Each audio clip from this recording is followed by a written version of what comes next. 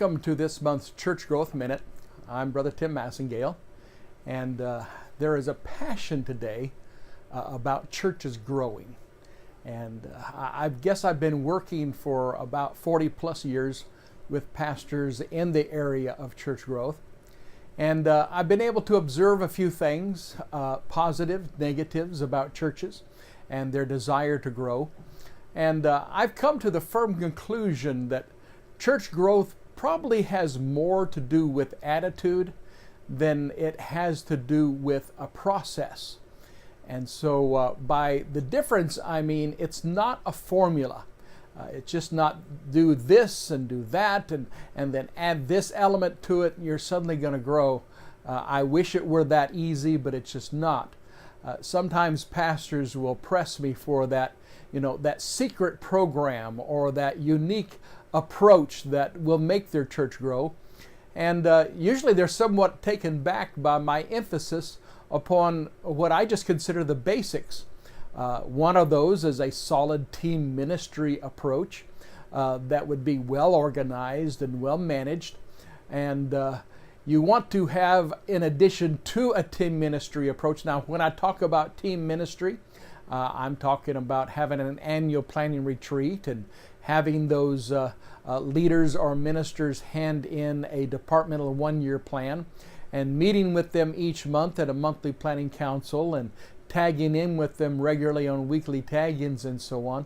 All of those elements are necessary in order for that team ministry approach to work. But you want to add to that just a very strong and consistent application of organized and managed outreach ministries. And these outreach ministries should be focused primarily upon relationship type evangelism. You got to win a friend before you win a soul. And so it's not so much reaching out to the stranger, but what we call oikos evangelism of reaching family, friend, acquaintance, co-workers, neighbors, those that we built a relationship with. But some kind of a strong evangelism mix that's embraced by the majority of the church members. And then you must complete this with a comprehensive and aggressive assimilation ministry. You've got to retain your gains, and you've got to take your new converts and turn them into soul winners. So a complete new convert care ministry package, if you will. So these are the same fundamentals that I was taught by apostolic leaders in our movement many years ago. And really they're the same principles that I have seen evident in just about every church that's growing on a consistent, regular basis. So if there's some kind of a secret to church growth, it's not a program at all. Instead, it's an attitude. You see, revival pastors see their churches grow because they have this bulldogged focus of doing whatever it takes in order to reach souls and to impact their city. I'm not talking about having any kind of doctrinal compromise. I'm not talking about watering down the gospel, because instead, usually these type churches, they stand strong for faith and strong in the doctrine. But they refuse to take no for an answer when confronted with the obstacles that Satan will inevitably throw at them. And believe me, Satan will do everything in his power to stop you. And so when they meet up against leadership challenges, when they have problems with their location, when they have challenges with the capacity of their facility, when they have financial deterrence, when the city government tries to throw roadblocks with expansion and new construction, you name it, doesn't matter what comes along.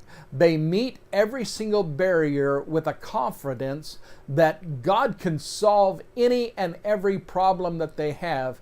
And they go to their knees knowing that it's God's will for them to grow and God has a solution for every problem. So what is the real secret to church growth? It's attitude. It's having a passionate and revival spirit. It's believing that faith can move mountains. It's having that hunger for souls and a desire to reach your city with the gospel. You see, these are the real secrets to church growth. So I guess my question now would be, what's holding your church back? What's holding your ministry? Why isn't your church growing? And so what I want to challenge you to do is make a list of the barriers and things that you feel are keeping you from growing, and tackle each and every one of these obstacles one by one. If you want to grow, you must refuse to be deterred in any way from the God-given purpose that you have to grow and have revival. Again, thank you so much for this month's Church Growth Minute. I hope you'll take it to heart and see growth as a part of the very spirit and attitude of your ministry and church. God bless.